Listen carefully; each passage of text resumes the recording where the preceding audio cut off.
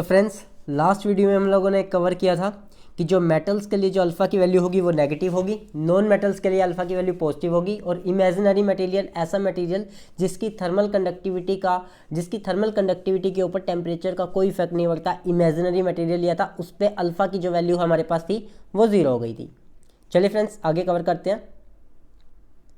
यहाँ पर देखिए फ्रेंड्स, अगर आपके पास जो के है, आपके पास के की वैल्यू अगर कांस्टेंट रहती है, किसके लिए? Homogeneous, isotropic and alpha is equal to zero. Homogeneous मतलब क्या कि जो प्रॉपर्टीज है जो किसी एक पर्टिकुलर डायरेक्शन में पॉइंट पर डिपेंड नहीं करती। आइसोट्रोपिक मतलब क्या कि प्रॉपर्टी डायरेक्शन पर डिपेंड नहीं करती। और अल्फा जीरो होने का मतलब टेम्परेचर कम या ज़्यादा करने से कंडक्टिविटी पर कोई फर्क नहीं पड़ेगा। ये तीनों फैक्टर जब होंगे कि मटेरियल होमोजीनियस भी हो, मटेरियल आइसोट्रोपिक भी हो और उसका अल्फा जीरो हो, तो थर्मल कंडक्टिविटी जो रहेगी वो कॉन्स्टेंट रहेगी। यहाँ पर देखिए एक एग्जाम्पल के थ्रू, यहां पर जैसे एक T इज इक्वल टू में T1 पे, एंड जैसे कोई भी टाइम T1 पे टेम्परेचर है T1, तो थर्मल कंडक्टिविटी की वैल्यू हर डायरेक्शन में 50 50 50 है। यहां पर उसके नीचे यहां पर देखिए होमोजीनियस आइसोट्रोपिक के लिए अगर T की वैल्यू अगर आपके पास T2 हो जाती है और जो टेम्परेचर है वो भी T2 से कन्वर्ट, टाइम जो स्मॉल टी है वो टाइम को रिप्रेजेंट कर रहा है, जो कैपिटल टी है वो टेम्परेचर को रिप्रेजेंट कर रहा है, उस केस में थर्मल कंडक्टिविटी देखिए 45 45 ना होकर के हर जगह 50 50 50 हो रही है। तो मतलब टेम्परेचर के चेंज होने से, टाइम के चेंज होने से जो थर्मल कंडक्टिविटी की वैल्यू पर कोई फर्क नहीं पड़ रहा, तो आपकी थर्मल कंडक्टिविटी की वैल्यू क्या रहेगी? यहाँ पर कॉन्स्टेंट रहेगी। अब देखिए फ्रेंड्स, ये कुछ मटेरियल्स है, इसकी आपको थर्मल कंडक्टिविटी आपको ध्यान में रखनी है। ये आपसे जब मैं क्वेश्चंस कराऊंगा ना उसमें आपको पता चलेगा कि किसकी वैल्यू कहाँ पर हम लोग यूज़ कर रहे हैं। तो यहाँ पर देखिए, thermal conductivity of various solid medium at 300 kelvin in watt per metre per kelvin 27 degree Celsius पर, क्योंकि थर्मल कंडक्टिविटी की वैल्यू जो है वो टेम्परेचर के साथ वेरी करती है। तो यहाँ पर 300 केल्विन पर डायमंड की सबसे ज़्यादा थर्मल कंडक्टिविटी होती है, आपको ध्यान में रखनी है 2300 vote per metre per kelvin. यहाँ पर देखिए सिल्वर, उसके बाद कॉपर, फिर गोल्ड, फिर एल्यूमिनियम, फिर आयरन, देन स्टील, उसके बाद इस side ice, plastic, fire brick, asbestos, would, fire glass, polyurethane, ये थर्मल कंडक्टिविटी का ऑर्डर है। मतलब सिल्वर की थर्मल कंडक्टिविटी कॉपर से ज़्यादा, कॉपर की गोल्ड से ज़्यादा, गोल्ड की एल्यूमिनियम से ज़्यादा, एल्यूमिनियम की आयरन से ज़्यादा, आयरन की स्टील से ज़्यादा। ये आपको ऑर्डर आपको ध्यान में रखना है। थर्मल कंडक्टिविटी की वैल्यू चाहे ना भी याद हो, लेकिन आपको ये पता होना चाहिए कि किसकी थर्मल कंडक्टिविटी ज़्यादा है। ये कुछ पर्टिकुलर मटेरियल है जो आपके एग्जाम में रिपीटेड रहते हैं, तो आप इनकी ऑर्डर ध्यान में रखिएगा। यहाँ पर देखिए फ्रेंड्स, जनरली अगर हम बात करते हैं जो मेटल्स है, very high thermal conductivity due to the presence of free electrons. Metals के पास फ्री इलेक्ट्रॉन्स पाए जाते हैं, इसलिए इनकी थर्मल कंडक्टिविटी सबसे ज़्यादा होती है। सिल्वर की सबसे ज़्यादा, उसके बाद कॉपर, देन उसके बाद हमारे पास गोल्ड आता है, देन एल्यूमिनियम आता है। Thermal conductivity of pure metals is higher than its alloy. जो थर्मल कंडक्टिविटी होगी प्योर मेटल की, उसके एलॉय से ज़्यादा रहेगी। K for pure metal is greater than Q for alloy. Examples के लिए जैसे आपके पास आयरन है, आयरन की थर्मल कंडक्टिविटी ज़्यादा होगी क्योंकि वो प्योर मेटल है एज कम्पेयर टू स्टील, क्योंकि स्टील जो है वो एलॉय से मिलकर, आयरन कार्बन से मिलकर बना हुआ है, तो स्टील की थर्मल कंडक्टिविटी कम होगी। ऐसे ही कॉपर की थर्मल कंडक्टिविटी ज़्यादा होगी एज कंपेयर टू ब्रास, क्योंकि ब्रास जो है वो कॉपर और जिंक के मिलाने से बनता है। कॉपर और जिंक के मिलाने से एलॉय जो बन रहा है हमारे पास, तो कॉपर की ज़्यादा होगी एज कंपेयर टू। यहाँ पर देखिए ऊपर हमारे पास टेबल में भी है, टेबल में यहाँ पर खुद देखिए आप, आयरन की थर्मल कंडक्टिविटी 81 है और जबकि स्टील की थर्मल कंडक्टिविटी कितनी है? 61। तो आपको ये ध्यान में रखना है कि एलॉय की थर्मल कंडक्टिविटी कम रहेगी एज कंपेयर टू जिस मेटल से वो बनाया गया है। चलिए, अब नॉन मेटल्स के पास क्या है फ्रेंड्स? नॉन मेटल्स की थर्मल कंडक्टिविटी बहुत ही कम होती है क्योंकि इनके पास फ्री इलेक्ट्रॉन्स नहीं होते, due to the absence of free electrons, hence they are generally used to decrease the heat flow rate. ये हीट फ्लो रेट को डिक्रीज करने के लिए बेसिकली यूज़ किए जाते हैं। जैसे कि हमारे पास फायर क्ले ब्रिक हो गई है, फायर ग्लास हो गया, जो फर्नेसेस में यूज़ किया जाता है, वहाँ पर हम चाहते हैं कि हीट का ट्रांसफर ना हो, ठीक। एस्बेस्टस जो कि रूफिंग और वेल्डिंग ग्लव्स में यूज़ किया जाता है। पोलेयूरिथीन रिजिड फोम जो कि रेफ्रिजरेटर के डोर्स में यूज़ किया जाता है, रेफ्रिजरेटर, ताकि हीट का ट्रांसफर ना हो, क्योंकि अगर हीट का ट्रांसफर होगा ना रेफ्रिजरेटर के अंदर तो कंप्रेशर पर वर्क बढ़ जाएगा, कंप्रेशर के ऊपर लोड बढ़ जाएगा, तो उस हीट को, कंप्रेशर को निकालना पड़ेगा। तो इसलिए जो रेफ्रिजरेटर के डोर होते हैं वो पॉलीयूरिथीन फोम के, रिजिड फोम के बनाए जाते हैं, क्योंकि इनकी थर्मल कंडक्टिविटी की वैल्यू बहुत ही कम होती है। ये हीट को कंडक्ट नहीं होने देंगे, हीट को रेफ्रिजरेटर के अंदर नहीं आने देंगे।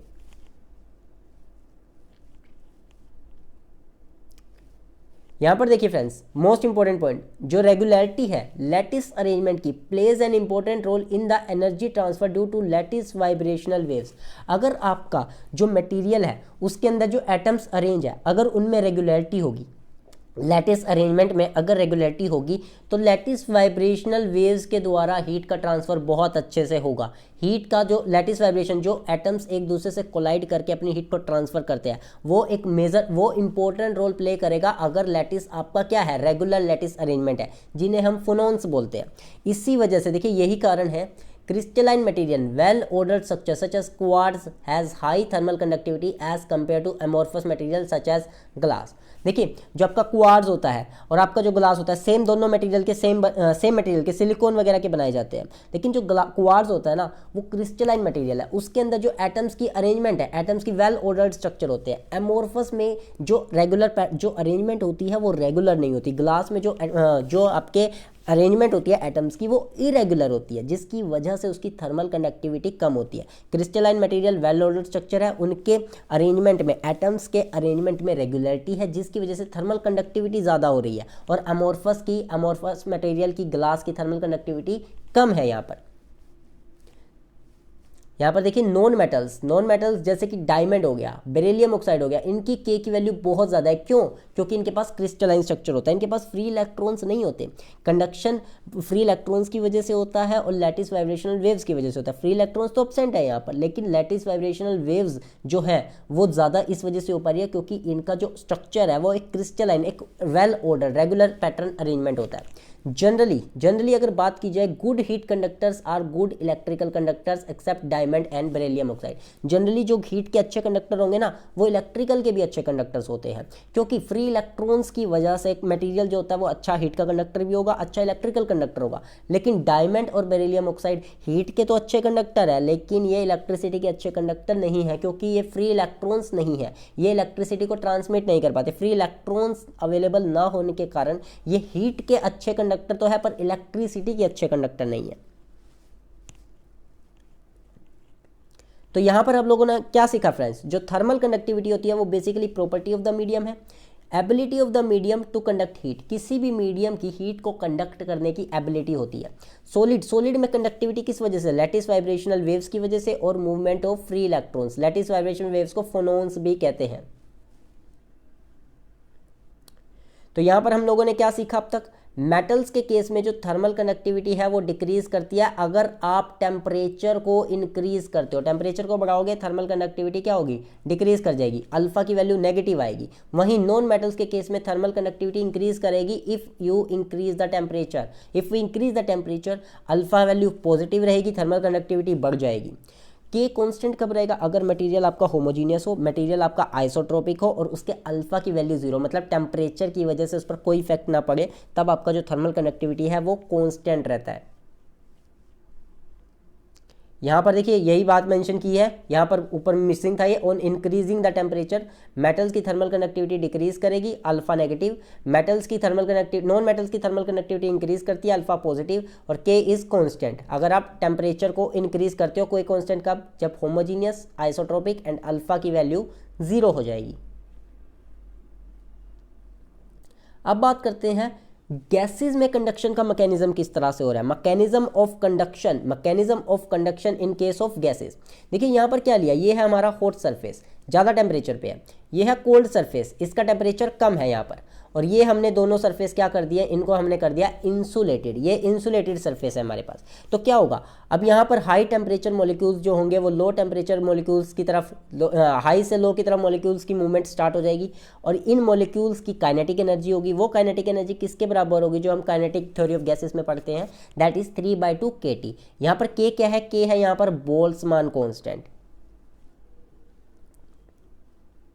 तो यहाँ पर देखिए, in higher temperature region molecules have higher velocity as compared to lower temperature region molecules। जहां पर अब ऊपर वाली इक्वेशन से आप खुद देख लीजिए, ऊपर वाली इक्वेशन से ही हमें यहां से पता चल रहा है कि अगर टेम्परेचर की वैल्यू ज़्यादा होगी तो काइनेटिक एनर्जी ज़्यादा होगी, यहीं से हमें पता चलता है।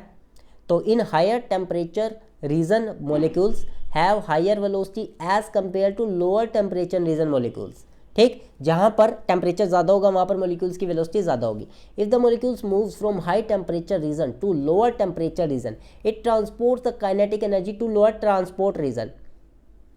Collision enhances this energy transfer. जब high velocity molecules low velocity molecules से टकराएंगे, अब देखिए हाई टेम्परेचर रीजन में जो मॉलिक्यूल्स हैं उनकी वेलोसिटी ज़्यादा है, वो क्या करेंगे, वो मूव करेंगे और लो टेम्परेचर रीजन में एंटर करेंगे डिफ्यूजन की वजह से, तो वहाँ पर लो वेलोसिटी मॉलिक्यूल से टकरा के अपनी एनर्जी ट्रांसफर करेंगे, कोलिजन होगा वहाँ पर, कोलिजन की वजह से एनर्जी का ट्रांसफर बढ़ जाएगा।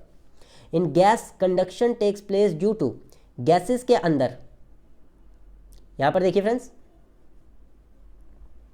गैसेस के अंदर conduction takes place due to random molecular motion, diffusion and collision. Diffusion और कोलिजन, इनकी वजह से गैसेस में क्या हो रहा है, कंडक्शन का फिनोमिना होता है।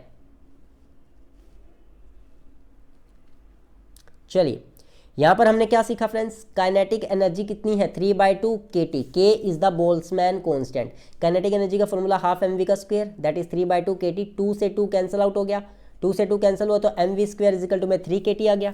तो v स्क्वायर की वैल्यू यहाँ से कितनी निकल कर आई 3 kT/m, और यहाँ से अगर आप स्क्वायर हटाते हो तो ऊपर स्क्वायर रूट लग जाएगा, तो यहाँ पर velocity is equal to 3 kT/m।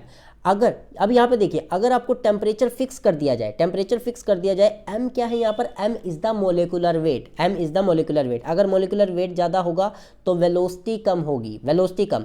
यहाँ पर देखिए, अगर रैंडमनेस बढ़ती है, रैंडमनेस मतलब कि मॉलिक्यूल्स की जो मूवमेंट है वो बढ़ती है, तो हीट कंडक्शन रेट बढ़ेगा। क्यों? क्योंकि वो एक दूसरे से कोलाइड करेंगे, ज़्यादा वेलोसिटी होगी, रैंडमनेस बढ़ेगी, वो ज़्यादा कोलाइड करेंगे, हीट कंडक्शन रेट बढ़ेगा, थर्मल कंडक्टिविटी बढ़ जाएगी। तो यहाँ पर देखिए हमने चीज़ क्या सीखी है, यहाँ पर हमने सीखा है कि अगर मोलिकुलर वेट ज़्यादा होगा तो वेलोसिटी कम होगी, वेलोसिटी कम होगी तो थर्मल कंडक्टिविटी भी कम होगी। तो यहाँ पर देखिए, जैसे आपके पास एग्जांपल आता है, आपके पास हाइड्रोजन, हीलियम, एयर। हाइड्रोजन का जो मोलिकुलर वेट होता है वो सबसे कम है, हीलियम का उससे थोड़ा ज़्यादा है, एयर का सबसे ज़्यादा 29 के करीब होता है। तो यहाँ पर मोलिकुलर वेट देखिए, हाइड्रोजन का सबसे कम, उसके बाद हीलियम, देन एयर। तो थर्मल कंडक्टिविटी किसकी सबसे ज़्यादा होगी, थर्मल कंडक्टिविटी हाइड्रोजन की सबसे ज़्यादा होगी, फिर उसके बाद हीलियम की, फिर उसके बाद एयर की। ऐसा क्यों? क्योंकि मोलिकुलर वेट जिसका ज़्यादा होगा, जिसका सबसे ज़्यादा मोलिकुलर वेट होगा, उसकी वेलोसिटी उतनी ही कम, वेलोसिटी उतनी ही कम तो हीट कंडक्शन रेट उतना ही कम, क्योंकि कोलिजन अब कम हो जाएगा। उसी तरह थर्मल कंडक्टिविटी उसकी वजह से कम हो जाएगी। देखिए एट 300 केल्विन पर, 300 केल्विन पर जो हाइड्रोजन की थर्मल कंडक्टिविटी है वो है 0.18 vote per metre per kelvin, helium की है 0.152 vote per metre per kelvin, और एयर की थर्मल कंडक्टिविटी है 0.026 vote per metre per kelvin.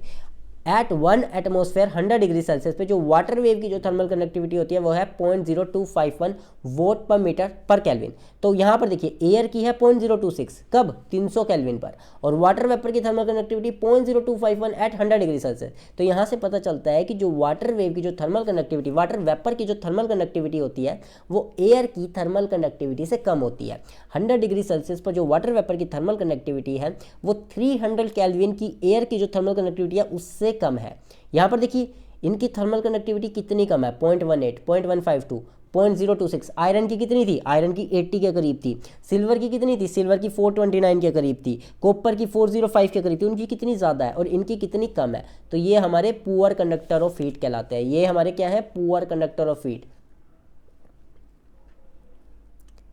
अब यहाँ पर इसी पॉइंट को एक्सप्लेन किया है, higher the molecular weight of the gas lower will be the velocity. अगर मोलिकुलर वेट ज़्यादा होगा तो क्या होगा, वेलोसिटी कम होगी। Lower will be the diffusion and collision, collision कम होगा, डिफ्यूजन मॉलिक्यूल्स की एनर्जी कम होगी, hence lower will be the thermal conductivity.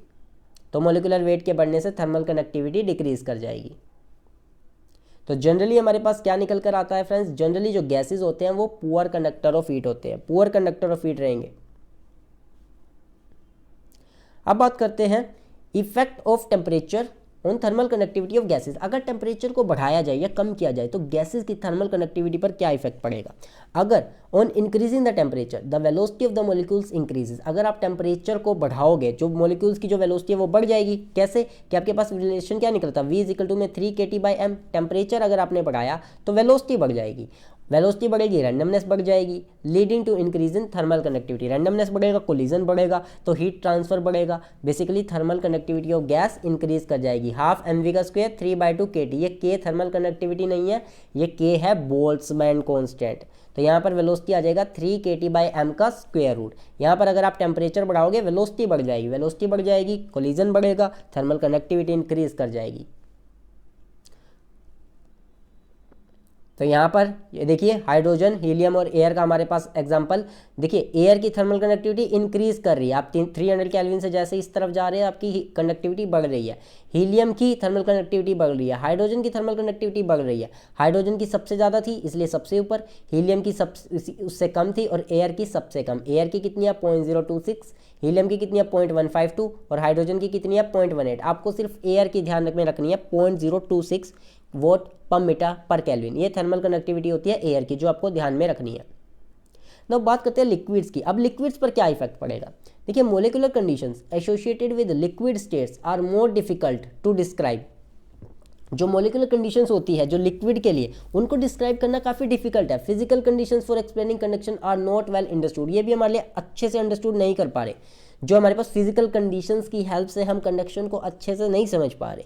Simply आपको ध्यान में क्या रखना है, जो थर्मल कंडक्टिविटी होती है नॉन मेटेलिक लिक्विड्स की जनरली डिक्रीज करती है विद इंक्रीज इन टेम्परेचर। जो थर्मल कंडक्टिविटी होती है ना लिक्विड्स की, वो डेंसिटी पर डिपेंड करती है। डेंसिटी बढ़ेगी तो थर्मल कंडक्टिविटी लिक्विड्स की बढ़ती है। ध्यान रखिएगा, अगर थर्मल कंडक्टिविटी लिक्विड की तभी बढ़ती है अगर डेंसिटी बढ़ाई जाए ना, तो थर्मल कंडक्टिविटी बढ़ती है। और अगर आपने टेम्परेचर को बढ़ा दिया डेंसिटी कम हो जाएगी, डेंसिटी कम होगी थर्मल कंडक्टिविटी लिक्विड्स की कम हो जाएगी। लेकिन यहाँ पर एक एक्सेप्शन है, यहाँ पर दो एक्सेप्शन है। अगर आप टेम्परेचर बढ़ाओगे ना, वाटर और ग्लिसरीन ये अलग शो करेंगे, इनकी थर्मल कंडक्टिविटी बढ़ती है और फिर कम होती है, पहले बढ़ती है फिर। बाकी जितने भी नॉन मेटेलिक लिक्विड्स होंगे ना, उनकी थर्मल कंडक्टिविटी डिक्रीज करती है if you will increase the temperature. लेकिन वाटर और ग्लिसरीन ऐसे एग्जाम्पल है हमारे पास जिनकी थर्मल कंडक्टिविटी बढ़ती है और फिर कम हो जाती है। यहाँ पर देखिए ग्राफ देखिए, यहाँ पर हमारे पास ग्राफ जो हमारे पास थर्मल कंडक्टिविटी, यहाँ पर हमारे पास टेम्परेचर इन केल्विन है और यहाँ पर हमारे पास thermal conductivity vote per metre per kelvin. देखिए 300 केल्विन से 400 केल्विन गया, पहले थर्मल कंडक्टिविटी इंक्रीज हुई, उसके बाद डिक्रीज कर गई। वाटर की थर्मल कंडक्टिविटी पहले 0.613 थी, फिर 0.688 हो गई मैक्सिमम, जो कि 400 केल्विन पर मिल रही है, और उसके बाद फिर से डिक्रीज कर गई। तो एट 300 केल्विन जो आइस की थर्मल कंडक्टिविटी होती है वो होती है 2.2 vote per metre per kelvin, जो वाटर की होती है 0.612 vote per metre per kelvin, और उसके बाद हमारे पास 1 एटमॉस्फेयर 100 डिग्री सेल्सियस पे जो थर्मल कनेक्टिविटी यहाँ पर 0.02 कर लीजिए फ्रेंड्स, ये 0.251 नहीं आएगा, 0.0251 आएगा, 0.0251 यहाँ पर वाटर वेपर की थर्मल कनेक्टिविटी। तो यहाँ पर हम साफ साफ देख रहे हैं फ्रेंड्स, साफ साफ हमें दिख रहा है कि जो सॉलिड की थर्मल कनेक्टिविटी सबसे ज़्यादा, फिर उसके बाद liquid and then gas. Solid के लिए कितनी थी 2.2, वाटर के लिए कितनी आई 0.612 और यहाँ पर वेपर के लिए 0.0251। तो गैस की थर्मल कनेक्टिविटी सबसे कम होती है, उसके बाद लिक्विड की एंड देन सॉलिड की थर्मल कनेक्टिविटी। रीज़न वही है, एटम्स जो है रेगुलर अरेंजमेंट होती है, सॉलिड के केस में रेगुलर अरेंजमेंट है, फिक्स अरेंजमेंट है, तो क्या होंगे वाइब्रेशंस की वजह से जो कोलिजन होंगे, कोलिजन वाइब्रेट, एटम्स वाइब्रेट करते रहते हैं, वो अपनी हीट को ट्रांसफर करेंगे। लिक्विड में मॉलिक्यूल्स दूर दूर होंगे, वो वहाँ पर वाइब्रेट करके अपनी ट्रांसफर नहीं कर पा रहे, गैसेज में मॉलिक्यूल्स और दूर दूर है। तो यहाँ पर यही रीज़न रहता है।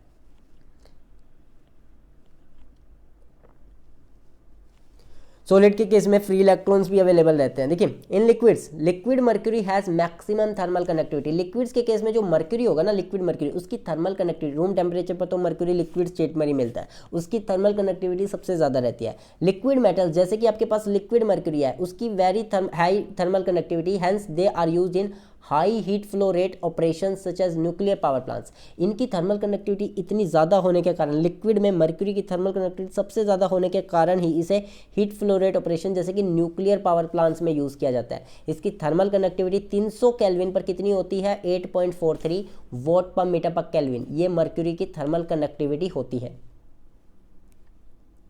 कन्वेक्शन, कन्वेक्शन की अगर मैं बात करता हूँ, कन्वेक्शन बेसिकली होता क्या है? कन्वेक्शन होता है molecular activity plus macroscopic bulk motion. यहाँ पर मॉलिक्यूल्स की मूवमेंट भी होगी मैक्रोस्कोपिक लेवल पर। कंडक्शन में जो माइक्रोस्कोपिक लेवल पर जो इलेक्ट्रॉन्स की मूवमेंट होती है, यहाँ पर मॉलिक्यूलर एक्टिविटी के साथ साथ मैक्रोस्कोपिक बल्क मोशन भी होगा। तो convection basically conduction plus advection होता है। कंडक्शन में क्या हो रहा है, मॉलिक्यूलर एक्टिविटी हो रही है, इलेक्ट्रॉन्स मूव कर रहे हैं, एटम्स वाइब्रेट कर रहे हैं माइक्रोस्कोपिक लेवल पे।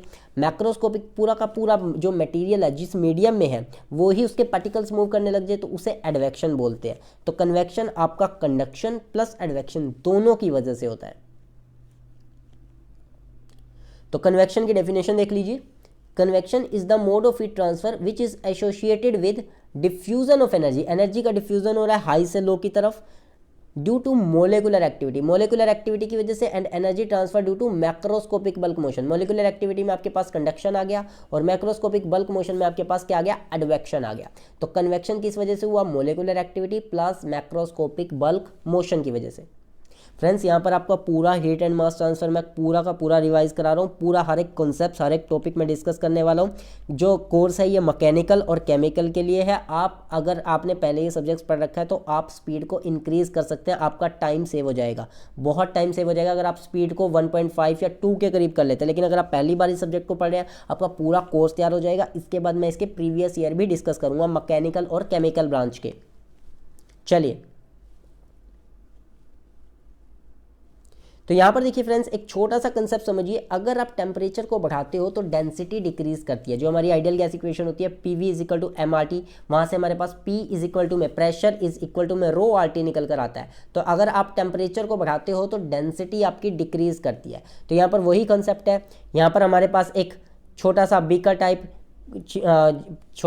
टाइप आप मटेरियल ले सकते हैं। यहाँ पर ये बर्नर है जहाँ से हीट प्रोड्यूस हो रही है, ये बर्नर हीट निकाल रहा है। अब होगा क्या, जब ये बर्नर हीट निकालेगा तो यहाँ के जो मॉलिक्यूल्स है उनका टेम्परेचर बढ़ जाएगा, उनका टेम्परेचर बढ़ जाएगा तो उनकी डेंसिटी घट जाएगी, डेंसिटी घटेगी तो वो मॉलिक्यूल्स ऊपर की तरफ जाना शुरू कर देंगे। यहाँ के जो मॉलिक्यूल्स है इस रीजन के मॉलिक्यूल्स ऊपर जाना शुरू कर देंगे, डेंसिटी कम होने की वजह से वो ऊपर जाएंगे। तो यहाँ पर मैक्रोस्कोपिक बल्क मोशन हो रहा है। मॉलिक्यूल्स की मूवमेंट बेसिकली क्या है यहाँ पर, मैक्रोस्कोपिक बल्क मोशन, जिसे एडवेक्शन कहते हैं। इन सरफेस को हमने इंसुलेट किया हुआ है, यहाँ से मतलब सराउंडिंग से कोई भी हीट का ट्रांसफर, ना हीट अंदर आ सकती है ना हीट बाहर जा सकती है। अब साथ में यहाँ पर देखिए क्या है, ये लाइन में क्या हो रहा है, कंडक्शन का फिनोमिना है। कंडक्शन कैसे, ये वाला मॉलिक्यूल्स साथ वाले मॉलिक्यूल्स को हीट देगा, ये वाला मॉलिक्यूल साथ वाले मॉलिक्यूल्स को हीट देगा, ये वाला मॉलिक्यूल साथ वाले मॉलिक्यूल्स को हीट देगा। तो यहाँ पर कंडक्शन भी हो रहा है, यहाँ पर आपका मैक्रोस्कोपिक बल्क मोशन एडवेक्शन भी हो रहा है। तो कन्वेक्शन जो हो रहा है वो conduction plus advection, macroscopic bulk motion दोनों की वजह से हो रहा है। यहाँ पर दूसरा एग्जाम्पल देखिए, यहाँ पर देखिए अब हमने क्या कर दिया, बर्नर को ऊपर से जो हीट कर रहे हैं ना वो ऊपर से कर रहे हैं, ऊपर से। अब इससे क्या होगा, एक सेकेंड फ्रेंड्स,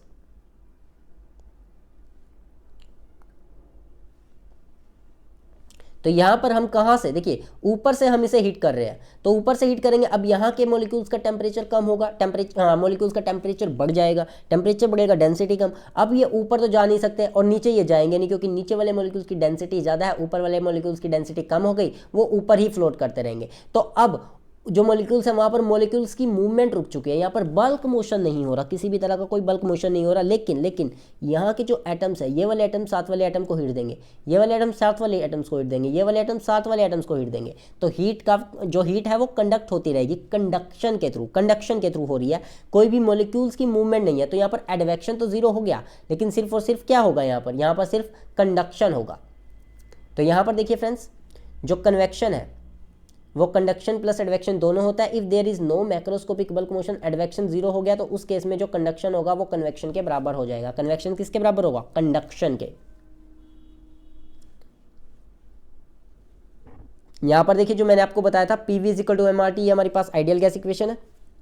अगर V को आप नीचे ले जाओ तो P is equal to MRT upon में V हो जाएगा, M अपॉन में V आपके पास रो हो जाएगा डेंसिटी, और रो की वैल्यू क्या आ जाएगी आपके पास फ्रेंड्स, यहाँ पर रो की वैल्यू क्या आ जाएगी friends, rho is equal to P upon में RT। तो as temperature increases density decreases, यहाँ से पता लगता है अगर आप टेम्परेचर को बढ़ाओगे ना तो डेंसिटी डिक्रीज कर जाएगी। तो यहाँ पर देखिए बेसिकली कन्वेक्शन हमारे पास दो तरह का होता है, एक होता है फ्री कन्वेक्शन, एक होता है फोर्स कन्वेक्शन। फ्री कन्वेक्शन में क्या है, सपोज कीजिए यहाँ पर आपके पास कोई भी हीटेड मटेरियल, कुछ भी, आप गरम गरम चावल कह लीजिए, आप गरम गरम चाय कह लीजिए, कोई भी आपका जिसका टेम्परेचर सराउंडिंग के से ज़्यादा टेम्परेचर पे रखा हुआ है यहाँ पर कोई भी मटेरियल, तो हवा आएगी उसके कांटेक्ट में, हवा आएगी वो टेम्परेचर हीट को गेन करेगी, टेम्परेचर उसका बढ़ जाएगा, टेम्परेचर बढ़ेगा उसकी डेंसिटी कम हो जाएगी। साथ वाले यहाँ की इस साथ वाले एयर की पूरे के पूरे सराउंडिंग की हवा की बात नहीं कर रहा मैं, जो इसके कॉन्टैक्ट में आएगी उसकी डेंसिटी क्या हो जाएगी, डिक्रीज कर जाएगी टेम्परेचर के बढ़ने से। तो वो मोलिक्यूल्स, हवा के मोलिक्यूल्स ऊपर जाना शुरू कर देंगे। तो यहाँ पर जो कन्वेक्शन का फिनोमिना हो रहा है, यहाँ पर देखिए मैक्रोस्कोपिक बल्क मोशन हो गया, तो यहाँ पर जो कन्वेक्शन का फिनोमिना हो रहा है वो फ्री कन्वेक्शन है, वो बिना किसी एक्सटर्नल सोर्स की हेल्प से हो रहा है। वहीं पर अगर मैं यहाँ पर साथ में कोई फैन या ब्लोअर चला देता हूँ जो हाई हीट को, जो हीट फ्लो रेट को जो यहाँ पर एयर फ्लो रेट को बढ़ा देगा, एयर फ्लो रेट, ज़्यादा हवा जाएगी। अब वो ज़्यादा हवा जाएगी तो ज़्यादा हवा हीट लेके जाएगी, जल्दी ठंडा हो जाएगा, जल्दी ठंडा करने के लिए। तो ये फोर्स कन्वेक्शन होगा। यहाँ पर हमने एक्सटर्नल पंप की या फिर फैन की हेल्प लिया, एक्सटर्नल ब्लोअर की, किसी भी चीज़ की हेल्प ले रहे हैं, तो ये हमारा फोर्स कन्वेक्शन होगा। तो कन्वेक्शन बेसिकली दो तरह का होता है, एक होता है फ्री कन्वेक्शन, एक होता है फोर्स कन्वेक्शन। फ्री कन्वेक्शन होता है डेंसिटी डिफरेंस की वजह से, डेंसिटी डिफरेंस की वजह से जब कन्वेक्शन का फिनोमिना होता है तो उसे फ्री कन्वेक्शन बोलते हैं। वहीं पर किसी एक्सटर्नल सोर्स की हेल्प से, फैन वगैरह की हेल्प से अगर हम जो कन्वेक्शन का फिनोमिना करवा रहे हैं तो वो फोर्स कन्वेक्शन होता है। यही पॉइंट्स यहां पर नीचे एक्सप्लेन किए गए हैं। If the fluid motion takes place due to density difference, then the type of convection is known as free or natural convection. If the fluid motion is caused by external agency like fan or blower, then the type of convection is known as force convection. उस convection को हम लोग क्या बोलते हैं, उस convection को हम बोलते हैं force convection. तो फ्रेंड्स यहाँ पर हमने अब तक क्या सीखा, गैसेज में क्या होता है, रैंडम मोलिकुलर मूवमेंट होता है। गैसेज में जो कोलिजन होता, जो कंडक्शन का फिनोमिना होता है रैंडम मोलिकुलर मूवमेंट की वजह से होता है। कन्वेक्शन, कन्वेक्शन होता है कंडक्शन प्लस एडवेक्शन की वजह से। कन्वेक्शन हमारे दो तरह का होता है, एक होता है हमारे पास फ्री कन्वेक्शन, एक होता है हमारे पास फोर्स कन्वेक्शन। अब बात करते हैं friends Newton's law of cooling की। न्यूटन्स लॉ ऑफ कूलिंग, इसे न्यूटन्स लॉ ऑफ कूलिंग क्यों कहा गया, इसे न्यूटन्स लॉ ऑफ हीटिंग क्यों नहीं कहते। जैसे एग्जांपल के लिए देखिए फ्रेंड्स, जैसे यहाँ पर मैं आपको बताता हूँ, यहाँ पर आपके पास एक प्लेट रखी हुई है, ये आपके पास एक प्लेट रखी हुई है जिसका कॉन्टैक्ट एरिया वो एरिया जितने कॉन्टैक्ट में हवा आ रही है। अब यहाँ पर देखिए होगा क्या, यहाँ पर हवा फ्लो करेगी तो वो इस प्लेट के कॉन्टैक्ट में आएगी। तो जितनी हवा इस प्लेट के कॉन्टैक्ट में आई है वो कॉन्टैक्ट एरिया है, दैट इज ए से हम शो कर रहे हैं। देखिए इसका प्लेट का जो सरफेस का वॉल का टेम्परेचर मैंने TW दिखाया है, हवा का टेम्परेचर है वो है T इन्फिनिटी। अगर वॉल का टेम्परेचर इन्फिनिटी से ज़्यादा है तो वॉल से हीट निकलेगी, इस प्लेट से हीट निकलेगी और सराउंडिंग में चली जाएगी। तो यहाँ पर कूलिंग ऑफ प्लेट हो रहा है, cooling of plate. Temperature difference कितना है, TW माइनस T इन्फिनिटी। वहीं पर अगर हवा का टेम्परेचर ज़्यादा होगा, हवा अपनी हीट इस प्लेट को देगी, हवा अपनी हीट प्लेट को देगी, तो ये प्लेट क्या हो जाएगी, गर्म हो जाएगी, हीटिंग ऑफ प्लेट। तो यहाँ पर टेम्परेचर डिफरेंस कितना होगा, T infinity minus T infinity minus T wall. तो फ्रेंड्स मैं यहाँ पर सिंपल सा क्वेश्चन मेरा ये है, सिंपल सा आपसे ये पूछा जाता है कि इसे न्यूटन्स लॉ ऑफ कूलिंग ही क्यों कहते हैं। जो हमारा कन्वेक्शन के लिए, कंडक्शन के लिए फोरियर्स लॉ लगता है, कन्वेक्शन के लिए हमारे पास न्यूटन्स लॉ ऑफ कूलिंग है।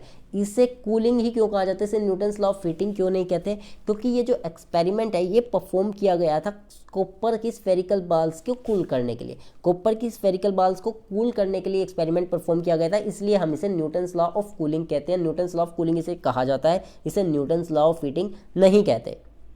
अब ये कहता क्या है, ये लॉ कहता क्या है, ये मैंने आपको यहाँ पर समझा दिया पूरा।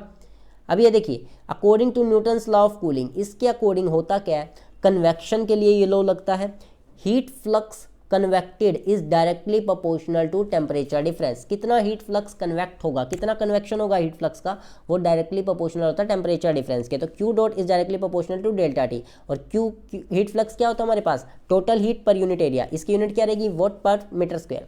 तो यहाँ पर हमारे पास वही प्लेट है, इस प्लेट की जो लेंथ है वो है L और इस प्लेट की विड्थ है वो है W। तो इस प्लेट का टोटल एरिया कितना हो जाएगा, W मल्टीप्लाइड बाय L। तो यहाँ पर हमने क्या किया फ्रेंड्स, यहाँ पर हवा फ्लो कर रही है, इसके ऊपर से। इस एज को जहाँ से शुरू हो रही है इसे हम बोलते हैं लीडिंग एज, और यहाँ इस एज को बोलते हैं ट्रेलिंग एज, ट्रेलिंग। तो मैं यहाँ पर एक पर्टिकुलर x डिस्टेंस पर एक छोटी सी लेंथ, छोटी सी यहाँ पर dx लेंथ को अज्यूम कर रहा हूँ। तो इसका छोटा सा, यहाँ पर मैं हीट फ्लक्स देखना चाहता हूँ कि हीट फ्लक्स कितना कंडक्ट होगा। तो यहाँ पर मैंने छोटा सा लिया है, तो इसके लिए एरिया भी स्मॉल आएगा। तो विड्थ तो इसकी w है और इसकी जो लेंथ है वो है dx, तो एरिया हो जाएगा w मल्टीप्लाइड बाय dx। तो यहाँ पर मैं कंडक्ट देखना चाहता हूँ, तो कितना कंडक्ट होगा, जो मेरे पास न्यूटन्स लॉ ऑफ कूलिंग के अकॉर्डिंग जो हीट फ्लक्स कन्वेक्टेड होगा वो होगा directly proportional to temperature difference. Temperature difference delta T, proportional को हटाओगे तो आपके पिक्चर में आएगा H क्या है, heat transfer coefficient. Heat transfer, अगर आप किसी पर्टिकुलर लोकेशन पर, जैसे मैं इस पर देख रहा हूँ, तो ये लोकल हीट ट्रांसफर कफिशिएंट होगा। अगर आप पूरे प्लेट के लिए H की वैल्यू देखते हैं तो वो होगा average heat transfer coefficient. Friends अगर आपको मेरी स्पीड ज़्यादा लग रही है तो आप वीडियो की स्पीड को कम भी कर सकते हैं, आपके हाथ में कंट्रोल है। आप स्पीड को 0.5 0.75 या फिर स्पीड को बढ़ाना चाहे तो 1.5 2 टाइम्स भी कर सकते हैं आप स्पीड को। तो आप अपनी कन्वीनियंट के अकॉर्डिंग स्पीड मोड को तय कर सकते हैं। चलिए यहाँ पर देखिए हमने छोटे से रीजन के लिए निकाली थी, तो क्यू एक्स डॉट हमारे पास क्या था, H x delta T multiplied by D A small. तो यहाँ पर जो एच है वो है लोकल हीट ट्रांसफर कफिशिएंट। अगर मैं इस लोकल की जगह पूरे के पूरे प्लेट के लिए लेता हूँ एच बार, तो मेरे पास उस पर एच बार लिखा जाएगा, जिसे मैं बोलूँगा एवरेज हीट ट्रांसफर कफिशिएंट। जो कन्वेक्शन चैप्टर है ना, उसमें हम पूरे चैप्टर में यही देखेंगे, एच बार और H x, local heat transfer coefficient और एवरेज हीट ट्रांसफर कफिशिएंट के बीच में क्या रिलेशन है, यही हम पूरे के पूरे कन्वेक्शन चैप्टर में पढ़ते रहेंगे। इसी को हम लोगों ने डील करना है। चलिए इंटरव्यू में क्वेश्चन पूछ लिया जाता है फ्रेंड्स, इंटरव्यू में पूछा जाता है what do you mean by film conductivity. Film conductivity एक था thermal conductivity, ability of the medium to conduct heat, ये फिल्म कंडक्टिविटी की बात कर रहा है। फिल्म कंडक्टिविटी और कुछ नहीं आपका एच बार ही होता है, एवरेज हीट ट्रांसफर कफिशिएंट को ही फिल्म कंडक्टिविटी कहा जाता है। तो यहां पर देखिए friends, average heat transfer coefficient is sometimes referred as film conductivity.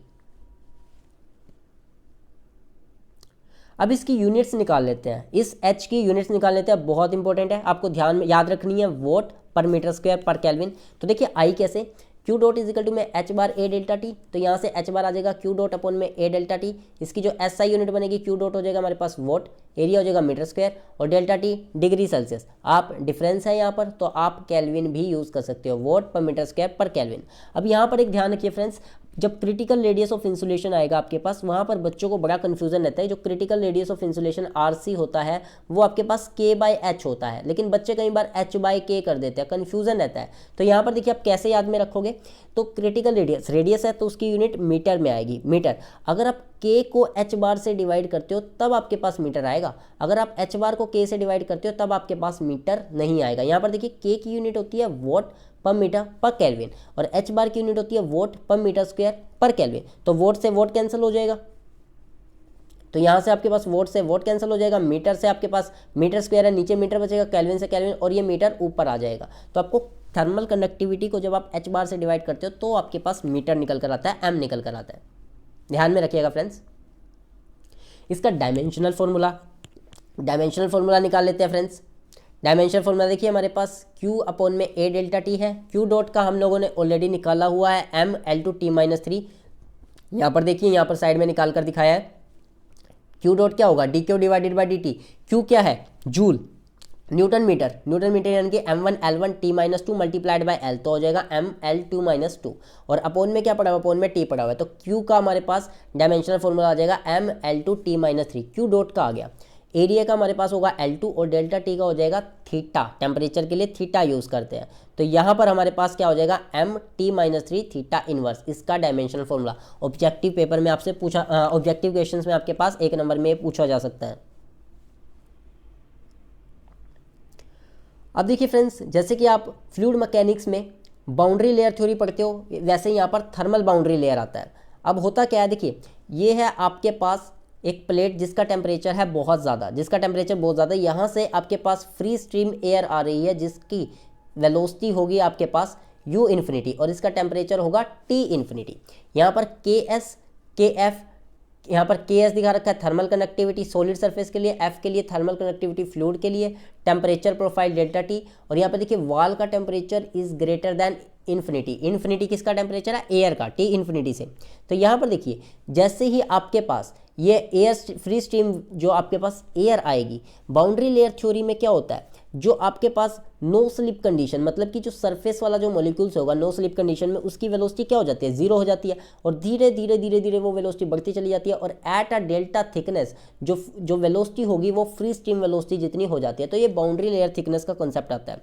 यहाँ पर ऐसे ही टेम्परेचर का कॉन्सेप्ट आता है हमारे पास। तो टेम्परेचर के लिए क्या होगा, यहाँ पर जो इसका टेम्परेचर होगा सरफेस का, इसके कॉन्टैक्ट में जैसे ही हवा आएगी उसका भी टेम्परेचर उतना ही हो जाएगा, और धीरे धीरे वो टेम्परेचर कम होता चला जाएगा, और सरफेस टेम्परेचर के बराबर, और जितना फ्री स्ट्रीम का टेम्परेचर जितना था उसके बराबर हो जाएगा at a particular thickness delta T पर। तो ये हमारे पास टेम्परेचर प्रोफाइल बनती है इसकी, थर्मल बाउंड्री लेयर की और बाउंड्री लेयर थ्योरी की। आपको रूल क्या लगाना है फ्रेंड्स, रूल समझ में रखिएगा, हमेशा आपको करना क्या है, जो heat flux conducted through the stationary layer वही होगा heat flux convected by the moving fluid. जितना हीट कंडक्ट हो रहा है, जितना हीट, क्योंकि ये स्टीडी स्टेट के एग्जांपल्स है, क्या पढ़ रहे हैं, स्टीडी स्टेट, प्रॉपर्टीज वक्त के साथ चेंज नहीं करेगी, तो जितना हीट फ्लक्स कंडक्ट होगा उतना ही हीट फ्लक्स क्या हो जाएगा, कन्वेक्ट हो जाएगा। यहाँ पर दिखाया भी गया, देखिए ये आपकी स्टेशनरी, ये आपका स्टेशनरी फ्लूइड लेयर है, ये फ्लूइड मूव नहीं कर रहा, ये फ्लूइड मूव नहीं कर रहा, ऊपर वाले फ्लूइड में क्या है, मूवमेंट है। तो जितना इसके अंदर कंडक्शन होगा, कंडक्शन स्टेशनरी मीडियम के अंदर होता है, अगर मीडियम मूव कर रहा है तो वहाँ पर कन्वेक्शन का फिनोमिना लगता है, तो यहाँ पर कंडक्शन होगा बेसिकली, क्योंकि ये फ्लूइड जो है वो स्टेशनरी है, और ये हो जाएगा कन्वेक्शन। तो heat flux conducted through the stationary layer किसके बराबर होगा, heat flux convected by the moving fluid.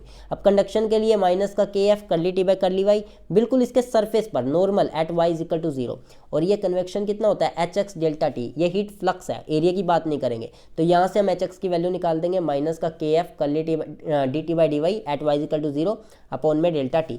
इस तरह से हम लोकल हीट ट्रांसफर कोफिशिएंट की वैल्यू निकाल सकते हैं। ये फॉर्मूला बहुत इंपॉर्टेंट है, ध्यान में रखिएगा। अब कुछ वैल्यू देख लेते हैं फ्रेंड्स, ये वैल्यू आपको ध्यान में नहीं रखनी। General value of average heat transfer coefficient Q dot किसके बराबर है, H bar A delta T के बराबर है। फ्री कन्वेक्शन होगा गैस के लिए तो 2 से 25 एच बार की वैल्यू रहती है, फोर्स कन्वेक्शन के लिए 25 से 250 रहती है, लिक्विड के लिए 50 से 1000 और फोर्स कन्वेक्शन के लिए 100 से 20,000।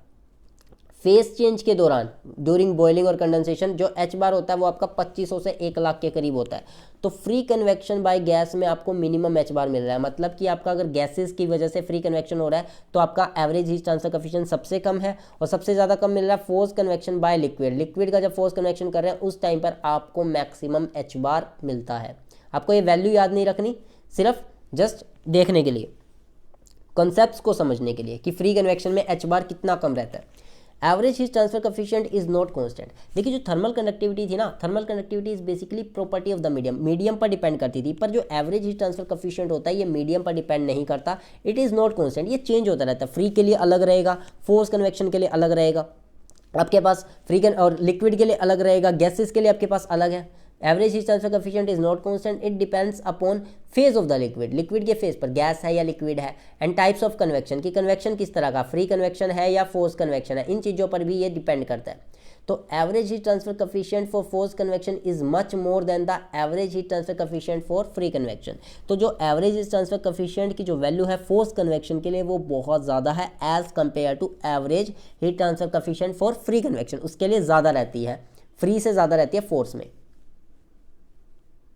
अब बात करते हैं फ्रेंड्स थर्मल रेडिएशंस की। थर्मल रेडिएशंस, कोई भी बॉडी उसका टेम्परेचर अगर 0 केल्विन से ज़्यादा होगा तो वो अपने अंदर से इलेक्ट्रोमैग्नेटिक वेव जनरेट करती है, इलेक्ट्रोमैग्नेटिक वेव्स निकालती है, और उसकी जो वेवलेंथ होती है वो 0.1 माइक्रोमीटर से 100 माइक्रोमीटर के अप्रोक्स रहती है। कंडक्शन और कन्वेक्शन का फिनोमिना होने के लिए मीडियम की रिक्वायरमेंट होती है। कंडक्शन या तो सॉलिड में होगा, कंडक्शन सॉलिड लिक्विड गैस तीनों में हो सकता है, तो कंडक्शन के लिए आपको मीडियम चाहिए, कन्वेक्शन के लिए भी आपको मीडियम चाहिए। लेकिन थर्मल रेडिएशन एक ऐसा मोड ऑफ हीट ट्रांसफर है जिसमें आपको मटेरियल के लिए मीडियम की रिक्वायरमेंट ही नहीं होती, ये वैक्यूम में भी हो जाता है, चाहे मीडियम हो चाहे ना हो। ये थर्मल रेडिएशन, इसको मीडियम की रिक्वायरमेंट ही नहीं है, इस मोड ऑफ हीट ट्रांसफर को मीडियम की रिक्वायरमेंट ही नहीं पड़ती, ये आपको ध्यान में रखना है। तो देखिए friends, electromagnetic waves represent propagation of collection of discrete packets of energy phonons due to change in electronic configuration of atoms और मॉलिक्यूल्स। यहाँ पर देखिए जो इलेक्ट्रॉनिक वेव्स हो रही है, जो ये क्या कर रही है, ये रिप्रेजेंट करती है collection of propagation of collection of discrete packet, जिन्हें हम फोटोन्स कहते हैं, फोटोन्स, उनके change in electronic configuration of atoms और मॉलिक्यूल्स। एटम्स और मॉलिक्यूल्स की इलेक्ट्रॉनिक कन्फिगरेशन में चेंज की वजह से जो फोटोन्स होते हैं, जो डिस्क्रीट पैकेट्स ऑफ एनर्जी होते हैं, वो प्रोपगेट करने लगते हैं, उसी को हम लोग इलेक्ट्रोमैग्नेटिक वेव्स कहते हैं। एटम्स और मॉलिक्यूल्स की इलेक्ट्रॉनिक कन्फिगरेशन में चेंजेस की वजह से जो एनर्जी होती है, जो फोटोन्स की फॉर्म में एनर्जी जो है वो प्रोपगेट करती है, इसी को हम लोग क्या बोलते हैं, इलेक्ट्रोमैग्नेटिक वेव्स बोलते हैं। Thermal radiation is the electromagnetic wave emitted by the body. Thermal radiation basically electromagnetic wave होती है जो बॉडी से एमिटेड होती है, कोई भी बॉडी जो 0 केल्विन से ऊपर होगी। तो करेक्टरिस्टिक्स क्या है फ्रेंड्स, यहाँ पर देखिए थर्मल रेडिएशंस की हमारे पास क्या क्या करेक्टरिस्टिक्स है। Every matter having temperature more than 0 kelvin emits thermal radiation. कोई भी मैटर जिसका टेम्परेचर 0 केल्विन से ज़्यादा होगा वो अपने अंदर से थर्मल रेडिएशंस को एमिट करता है। Thermal radiations having wavelength range from 0.1 micrometre से 100 माइक्रोमीटर। जो थर्मल रेडिएशंस की जो वेवलेंथ होगी वो 0.1 माइक्रोमीटर से 100 माइक्रोमीटर की रेंज में होगी। While the transfer of energy via conduction और convection requires the presence of material medium, thermal radiation doesn't require any medium. Radiation is the only mode of heat transfer which can takes place in absolute vacuum. यहाँ पर क्या कह रहा है, जो energy का transfer हो रहा है कंडक्शन और कन्वेक्शन की वजह से उसे मटेरियल मीडियम की जरूरत पड़ती है, लेकिन थर्मल रेडिएशन को किसी भी मीडियम की जरूरत नहीं पड़ती, इवन ये एब्सोल्यूट वैक्यूम में भी हो सकता है। तो ये है बेसिकली थर्मल रेडिएशन की हमारे पास करैक्टरिस्टिक्स।